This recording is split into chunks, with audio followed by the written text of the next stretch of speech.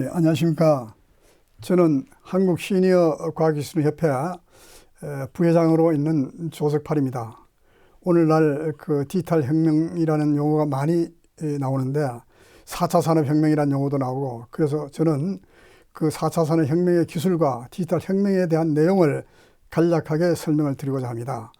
그래서 이제 그 설명할 순서는 디지털 기반의 산업혁명이라는 내용과, 그리고 이 디지털이 나오기까지 전에는 아날로그라는 내용이 있었는데 이걸 어떻게 디지털로 변환했느냐, 그리고 디지털 컴퓨터와 어떻게 접속하느냐, 그리고 컴퓨터가 단독으로 있으면 안 되니까 네트워크를 연결해서 서로 연결했기 때문에 전 세계가 하나로 묶어졌습니다. 그리고 디지털 융합 네트워크와 기반의 4차 산업혁명에 관해서 여러분한테 소개를 드리고자 합니다.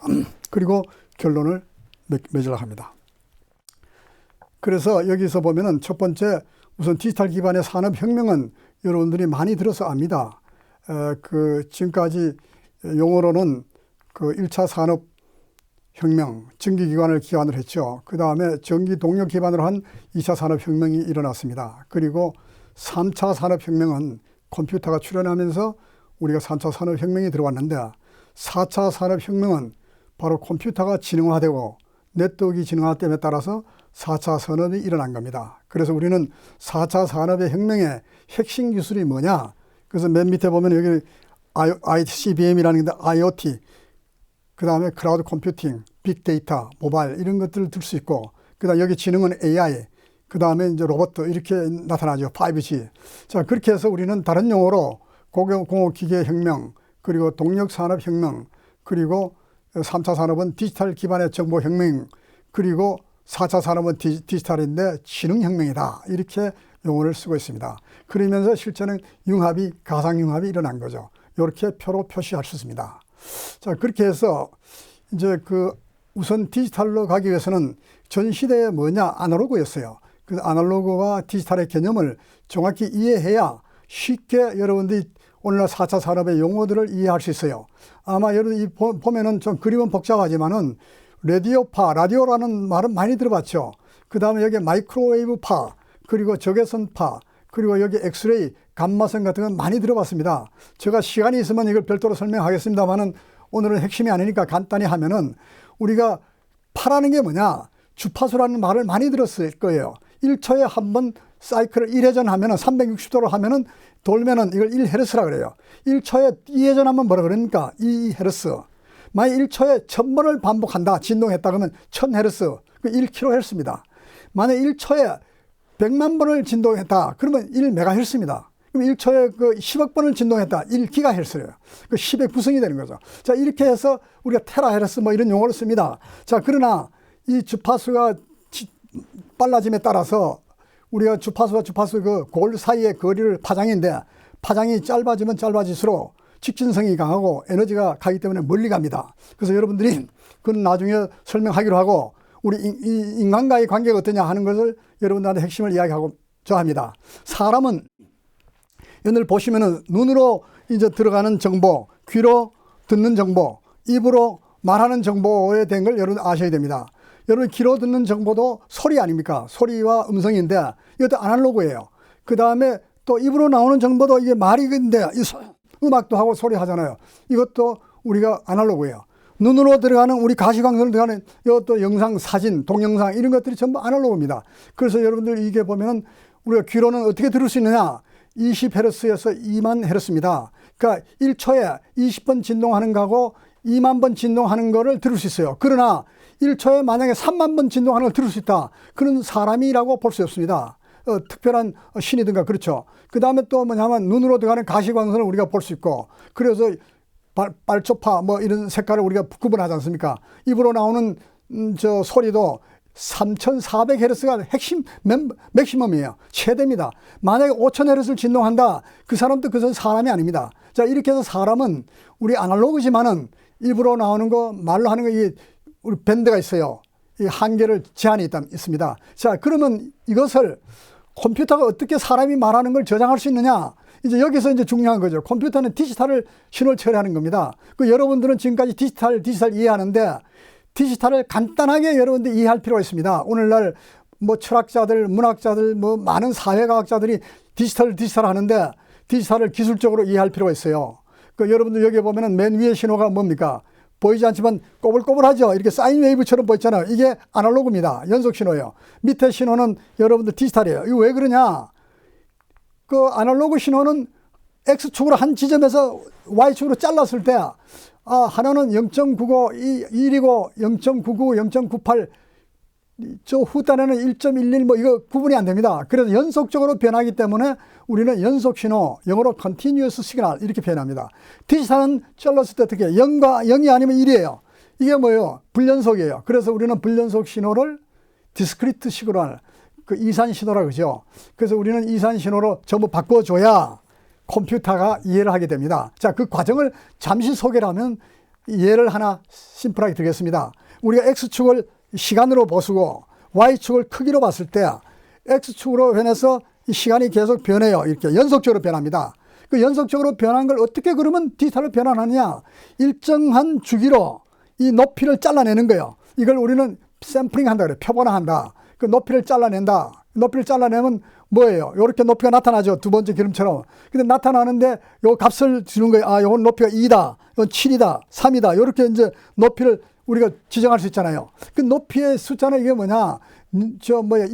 십진수예요. 근데 여러분들 익숙하지만 컴퓨터는 이렇게 하면 이해를 못 합니다. 자, 그래서 이 십진수를 이진수로 바꿔주자. 그 여러분들 보면 2가 여기 있는데 우리가 그림을 디지털 해야 했는데 여기 2는 4비트로 하면 0010이죠. 그 다음 7은 뭐요? 0111이죠. 이런 식으로 전부 변환할 수 있잖아요. 자, 그러면 아날로그가 뭐로 변했어요? 디지털로 변했습니다. 이렇게 해서 컴퓨터가 아날로그의 음성, 영상, 문자, 그래픽, 소리, 이제 전부 컴퓨터가 처리할 수 있게 되었어요. 그래서 이런 용어를 우리는 과거에 단단히 미디어라고 그랬지만 이제는 멀티미디어라고 하잖아요. 인간의 소리가 아날로그로 나왔을 때 어떻게 컴퓨터가 이해하느냐. 음성, 소리, 영상이 있는데 이것이 보면은 조금 전에 제가 설명했잖아요. 아날로그를 디지털로 변환하니까 from to analog converter. 그래서 AD 변환기라고 그래요. AD 변환을 하면 어떻게 될까요? 이렇게 1제로로 변해 나옵니다. 이 100로 변하면 디지털 컴퓨터가 저장할 수 있잖아요. 이거 처리할 수 있는 거예요. 그러니까 영상, 텍스트 모든 것이 미디어, 멀티미디어 데이터지만은 이 데이터는 저장하고 처리하고 보낼 수 있는 거예요. 자, 그러면 이 소리를 이제 다시 들으려면 역으로 해야 되잖아요. 그러니까 from digital to analog computer. 그래서 이걸 컨버터. 그래가지고 DA 컨버터라고 합니다. 변환기. 그래서 사람이 듣기 위해서는 다시 애널로그를 변환하면 귀로 들어갑니다. 그래서 아까 이야기했듯이 귀에 듣는 주파수 영역대만 있으면 다 듣게 돼 있죠. 이렇게 해서 AD, DA 변환합니다. 그러면 자, 우리가 사람을 대신한 게 뭐예요? 컴퓨터예요. 디지털 컴퓨터의 구조는 사람의 구조와 비슷합니다. 여기 보시면 이제 제가 이제 크게 컴퓨터를 잠깐 소개하지만은 아주 심플하게 소개할 겁니다. 시스템 하드웨어. 이건 사람의 몸과 같아요. 그러니까 하드웨어 만지면 되고 터치할 수 있잖아요. 그래서 기억장치, 머리에 해당되는 거, 기억하는 거 메모리, 그 다음 I/O, 입출력, 입으로, 귀로 들어가는 이런 거잖아요. 여러분들 실제 보는 거는 마우스라는 프린터, 키보드, 이건 여러분 직접 터치를 하지 않습니까? 자, 그런데 이 하드웨어를 동작시키려면 머릿속에 뭔가 지능이 있어야 되잖아요. 그 지능이 들어가는 게 뭐예요? 시스템 소프트웨어라고 그래요. 이거는 만질 수도 있고 터치할 수도 없어요. 자, 그런데 이 시스템 소프트웨어는 영어가 참 외국어가 먼저 나왔기 때문에 전부 영어로 돼 있어서 미안합니다. 그래서 여기에 보면 유틸리티, 그 OS 이런 기능이 있어요. 그 OS는 여러분들이 많이 들어서 알아요. 뭐요? 윈도우 모르는 분 계세요? 그 다음에 안드로이드 모르는 분 없죠. 그 핸드폰에 쓰는 안드로이드, 그 다음에 리눅스, 그 다음에 맥, 이게 전부 OS예요. OS가 바로 시스템 하드웨어를 동작시키고, 그 다음에 이제 그 응용 소프트웨어를 이용하는데, 자, 여기에 이제 응용 소프트웨어는 바로 여러분들이 접하는 겁니다. 그래서 응용 소프트웨어를 영어로 애플리케이션 소프트웨어, 줄이면 뭐예요? 앱입니다. 앱. 그래서 이제 조금 전에 응용 소프트웨어를 설명하기 전에 OS를 잠깐 핵심 기능을 이야기하면은 무슨 기능이냐? 컴퓨터의 메모리가 비어있느냐, 방이 비었느냐, 안 비었느냐, 관리해야 될 거 아니에요. 그 다음 인풋에 마우스가 지금 동작하느냐, 안 하느냐, 그 다음 키보드가 동작하느냐 하는 거 I/O 관리를 해야죠. 그 파일이 여러분 작성하는 오피스 파일 같은 게 지금 비어있나, 아니냐, 작성하느냐, 안 하느냐, 파일 관리해야 돼요. 그리고 CPU를 말이죠. 붙여줘야 되거든. 순간순간. 그 프로세스를 이제 시간이 되면 프로세스에 대해서 제가 좀 설명을 했으면 좋겠습니다만은 어떻든 이 핵심이 프로세스 관리입니다. 그래서 OS는 이런 기능을 하고 또 컴파일러, 번역기가 있어요. 아무리 좋은 언어라 그래도 일제로로 번역하지 않으면 컴퓨터가 이해를 못 하거든요. 그래서 OS에는 그런 컴파일러들이 들어가 있습니다. 그래서 이제 방금 사용하는 응용 소프트웨어, 여러분들이 사용자가 쓰는 응용 소프트웨어가 바로 범용 소프트웨어와 주문형 소프트웨어. 범용 소프트웨어는 여러분들이 시장에 가서 사서 쓰면 되는 거예요. 워드 프로세서, PPT, 파워포인트 이런 건 전부 다 범용입니다. 그러나 여러분들 기관에, 각종 기관의 주문형 행정 시스템 같은 거는 주문형 소프트웨어예요. 자, 이렇게 구분하는데 이 두 소프트웨어들이 전부 뭐예요? 보이지 않기 때문에 컴퓨터 프로그램 언어로 작성되어 있어요. 언어는 크게 나누어서 하드웨어와 로우 레벨과 고급 레벨이 있어요. 로우 레벨이 수준이 낮아서 로우 레벨이 아니라 하드웨어에 가장 적합한, 즉 하드웨어와 가까운 언어이기 때문에 이 로우 레벨을 합니다. 고급 언어는 뭐냐? 이거는 사람이 이해하기 쉬운 언어로 되어 있습니다. 그럼 차이가 뭐냐? 이 저급 언어를 쓰려면 정말 수준이 낮은 게 아니라 지능이 좋아야 돼요. 컴퓨터 하드웨어를 정확히 이해를 해야 프로그램을 짤 수 있습니다. 그 상당히 어렵죠. 그러나 이 장점이 있어요. 컴퓨터 메모리를 적게 차지합니다. 그래서 코스트가 저렴한데 아주 좋죠. 그러나 요새는 메모리 값이 싸지니까 뭐 저급 언어 안 쓰고 쉬운 언어를 씁니다. 이 중에서 여러분들 파이썬 같은 거는 오늘날 딥러닝이라든가 AI 인공지능 프로그램 짜는 데 이거 쓰는 거예요. 자, 그렇게 해서 사용자가 쓰게 됩니다. 이게 디지털 컴퓨터입니다. 자, 이렇게 해서 우리는 이제 컴퓨터 이해했잖아요. 그럼 컴퓨터만 있으면 뭐 합니까? 컴퓨터 A라는 컴퓨터와 B라는 컴퓨터가 서로 교신을 해야 돼요. 그래야 이게 이제 의미가 있잖아요. 그래서 우리는 이것을 디지털 네트워크라고 합니다. 그 네트워크의 망이라는 것을 이제 소개를 하면은 이제 하기 전에 용어를 잠깐 하겠습니다. 정보기술. 이게 이제 IT라는 거는 정보기 인포메이션 테크놀로지. 그 다음 CT라는 거는 커뮤니케이션 테크놀로지.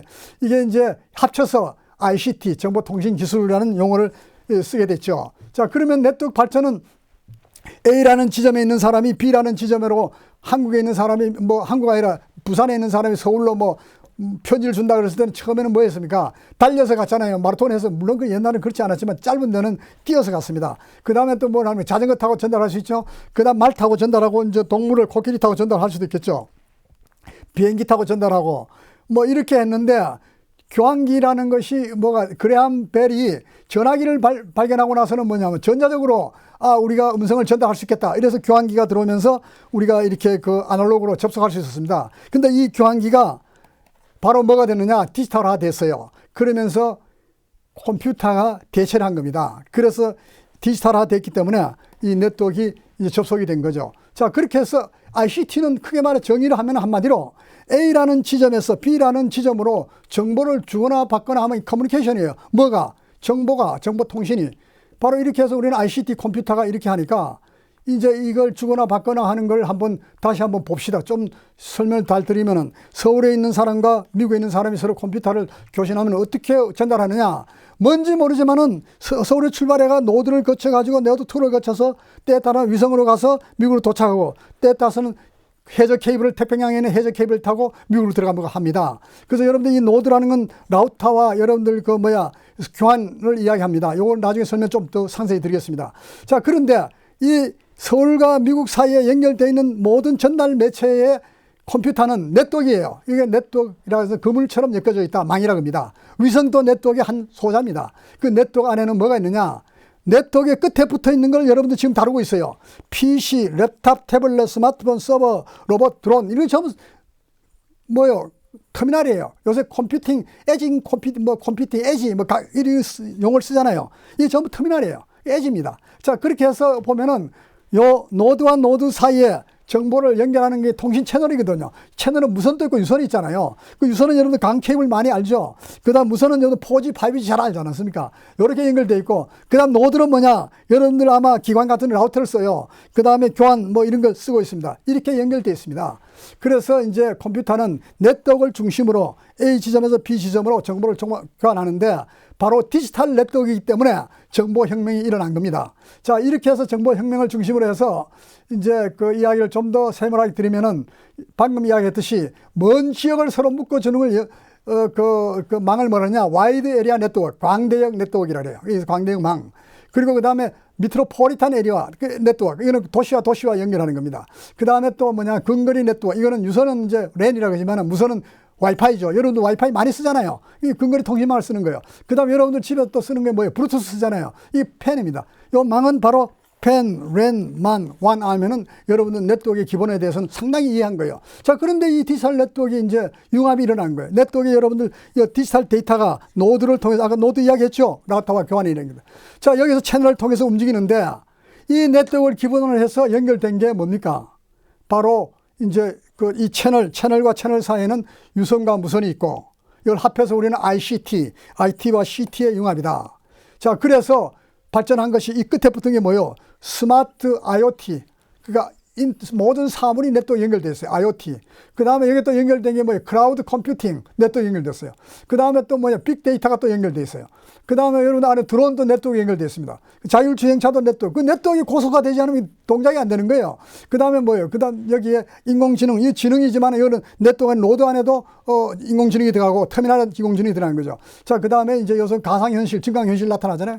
이 모든 것들이 네트워크를 중심으로 일어났기 때문에 4차 산업혁명이 일어난 겁니다. 이제 여러분들은 4차 산업혁명의 기술에 대한 걸 상당히 이해한 전문가가 되었습니다. 자, 인공지능이 그러면 아까 그 지능은 이제 사람을 대체하기 때문에 인간이 가진 지적 능력을 컴퓨터를 통해서 구현하는 기술을 지능이라고 그랬어요. 그 지능은 뭐 학습 기능이 있어요. 승경망 회로 했죠. 그 다음에 추론하는 게 있어요. 인간이 추론하잖아요. 그 다음에 또 인식하고 지각하는 기능이 있어요. 이 인간이 하는 방식을 그대로 적용한 거예요. 그랬더니 뭐요? 패턴도 인식하고 하는데 단지 기계가 하다 보니 엄청나게 빨리 하는 거죠. 사람을 한참 처리하는데 학습, 추론, 인식하는 것이 지능화되면서 속도가 빨라진 겁니다.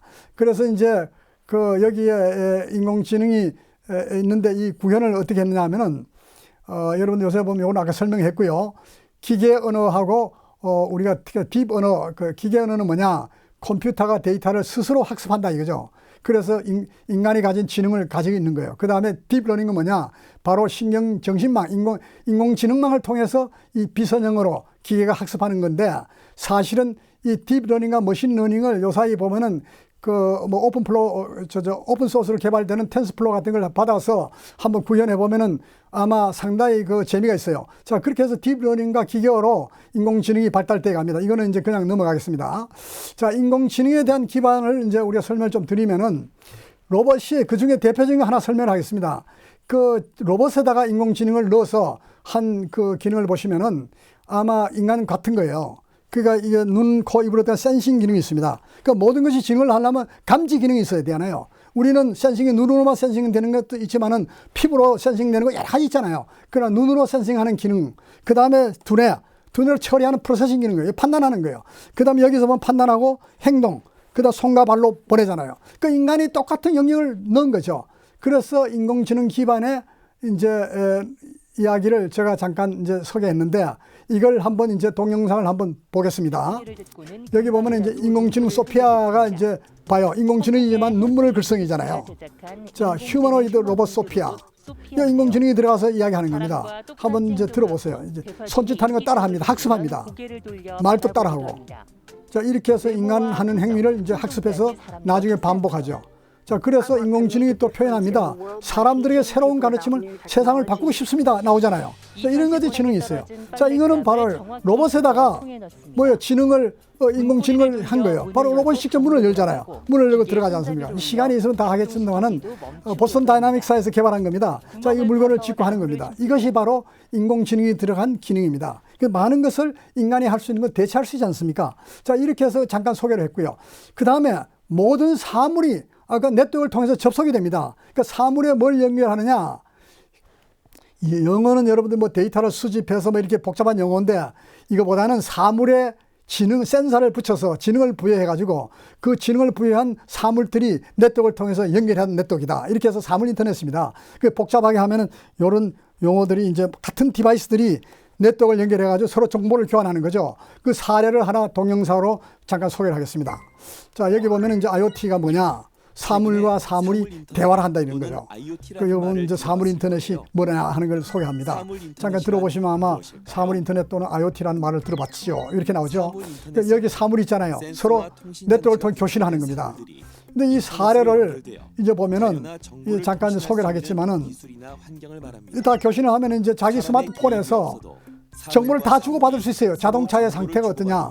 그다음 냉장고에 뭐가 들어갔느냐, 우리 방에 습도가 어떠냐 하는 것을 전부 정보를 받습니다. 그 스마트폰 하나에서 뭐요, 사물 인터넷끼리 교신한 내용을 전부 우리가 받을 수도 있고 제어할 수도 있습니다. 이게 바로 사물 인터넷이에요. 그 사물 인터넷이 바로 오늘날 사회를 전부 접목할 수 있는 거죠. 자, 이렇게 해서 세상이 급변하고 있습니다. 그래서 패러다임 변화가 디지털 융합에 대한 혁명이 일어난 거예요. 자, 이렇게 해서 우리는 이제 이 내용을 잠깐 소개했습니다만은, 이제 이러한 그 디지털 융합이지만은 서로가 표준화가 되어 있지는 않으면 안 돼요. 내가 주거나 받거나 하는 행위들이 그 상대방이 이해할 수 있는 언어로 작성돼야지, 그 통일이 안 되면 안 되잖아요. 그와 같이 그걸 통일하기 위해서는 국제기구가 있습니다. ITU에도 이게 국가 간에, 우리나라도 여기 가입돼 있어요. 193개국인가 지금 가입돼 있죠. 그 다음에 여기 ISO, 이거 여러분 ISO 많이 들어봤잖아요. 뭐 인증기구. 이거는 국가보다는 NGO 단체들이 많이 활동하고 있죠. 자, 그렇게 지역에는 이제 유럽, 미주가 있고요. 이런 표준화 기구가 있습니다. 근데 공식 표준화 기구고, 사실 표준화는 뭐냐?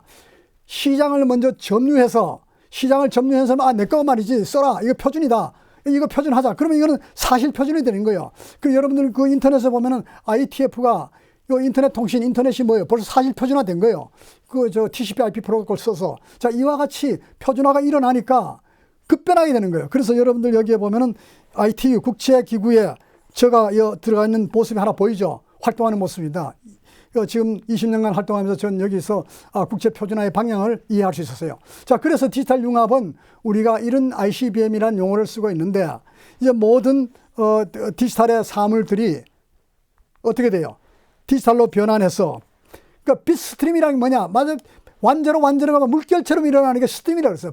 빛스트림. 그 데이터를 인터넷, 이게 뭐죠? 네트워크예요. 네트워크 접목돼 가지고 빅데이터와 서로 수거를 하고, 데이터량이 많으니까 이걸 클라우드에 저장하고 또 다시 받아서 처리할 수 있고, 여기에 인공지능을 부여해서, 지능을 부여해서 뭐요? 특성화해서 분석해가지고 전자상거래, 유통, 제조, 자율주행, 로봇들이 되잖아요. 이 지능화가 핵심은 뭐냐면, 지능화되면 될수록 이 서비스가 지능화되죠. 그러니까 이렇게 하려면 뭐예요? 이 네트워크가 디지털화되고 지능화돼야 되고 빨라야 되는 거예요. 그래서 오늘날 4G, 5G라는 게 있습니다. 제가 아까 소개를 잠깐 했습니다만은, 대학 도서관에, 종합도서관에 서적을 내가 일반 텍스트를 해보면 1.6TB가 돼요. 이거를 만약 4G로 전송하면 한 4시간 걸려요. 한국에서 미국까지 보내는데, 대학 도서관 정보 전체를. 근데 5G로 하면 11분이면 다 전달할 수 있어요. 자, 이와 같이 이 정보통신, ICT의 변화가 이런 걸 가져온 거예요. 그래서 디지털 융합이 생태계가 바뀐 겁니다. 여러분들 인공지능, 사이버 물리 시스템, IoT, 방금 내 이야기했죠. 사물인터넷, 빅데이터, 이런 것들이 바로 디지털 유기체의 생태계, 에코시스템을 형성해서 ICT 기반의 물리적 공간과 가상 공간이 오늘날 융합이 일어난 겁니다. 요새 보면은 스마트 팩토리니, 스마트 공장이니, 그 다음에 또 스마트 시티니 하는 것들이 그 가상현실 같은 융합되는 게 바로 이렇게 된 거예요. 자, 그러니까 뭐예요? 아까 네트워크가 디지털화됐고 컴퓨터가 디지털화되면서 지능화되지 않으면은 이거 불가능한 겁니다. 이렇게 해서 우리는 생태계가 디지털 융합으로 발전하고 초지능을 발견하고 초실감 서비스를 된 겁니다. 자, 이렇게 해서 융합 서비스는 우리가 효과적으로 많이 현재 쓰고 있습니다. 그림, 텍스트, 영상 이런 것이 이제 일어나지요. 스마트폰과 비디오 융합이 일어나서 회의 장면 같은 데 서로 융합이 됐고, 그 다음 또 보시면은 융합 서비스에서 보면 디지털 융합에 모바일 폰, 디지털 카메라, 이게 다 융합이 됐어요. 미디어 융합, 메시지 융합, 지메일, 여러분들 페이스북, 트위터 같은 다 쓰잖아요. 그 융합된 우리가 서비스를 이제 받고 있어요. 핵심은 뭐냐? 결론을 제가 이야기 드리면은, 많은 이야기를 했습니다만 사실은 기반이 간단해요. 디지털 컴퓨터가 진화되면서 디지털 네트워크로 연결해서 서로 정보를 주거니 받거니 하는데 고속으로 됐는데 인공지능이 들어가서 지능화가 된 거예요. 요 세 가지가 결합되어서 오늘날 4차 산업혁명이 이름을 막 붙여나가는 겁니다. 그래서 여러분들은 아날로그라는 걸 아까 이야기했죠. 연속 신호다. 디지털 신호 이야기했습니다. 자, 불연속 신호. 자, 이렇게 해서 서비스가 바로 4차 산업혁명의 출현이 된 겁니다. 우리가 여기 클라우드, 빅데이터 다 있지만은 IoT, 클라우드, AI, 다양한 앱 같은 것들이 바로 오늘날 디지털 혁명이 일어난 겁니다. 앞으로 이제 인공지능이 점차로 초지능화되고, 그러니까 네트워크가 초실감형 고속화되면은 아마 이 지구상의 모든 사물이 융합돼서 가상공간으로 활동하는 것과 이것이 구분 못할 정도가 되는 시대가 오는 겁니다. 그래서 앞으로 여러분들이 디지털 혁명과 융합 서비스란 개념을 이해하시고 어떻게 되느냐. 디지털 컴퓨터, 인간은 아날로그인데 디지털로 변환해서 컴퓨터 처리하고 다시 변환을 시켜준다. 일단 네트워크가 진화되었다 하는 것을 이해하시면은 여러분들은 디지털 혁명과 융합 서비스에 대해서 상당히 전문가가 되었고 사회에 참여할 수 있는 그런 상태가 된 겁니다. 이상입니다. 감사합니다.